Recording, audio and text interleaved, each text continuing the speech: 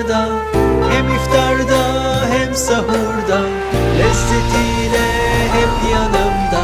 İyi ki varsın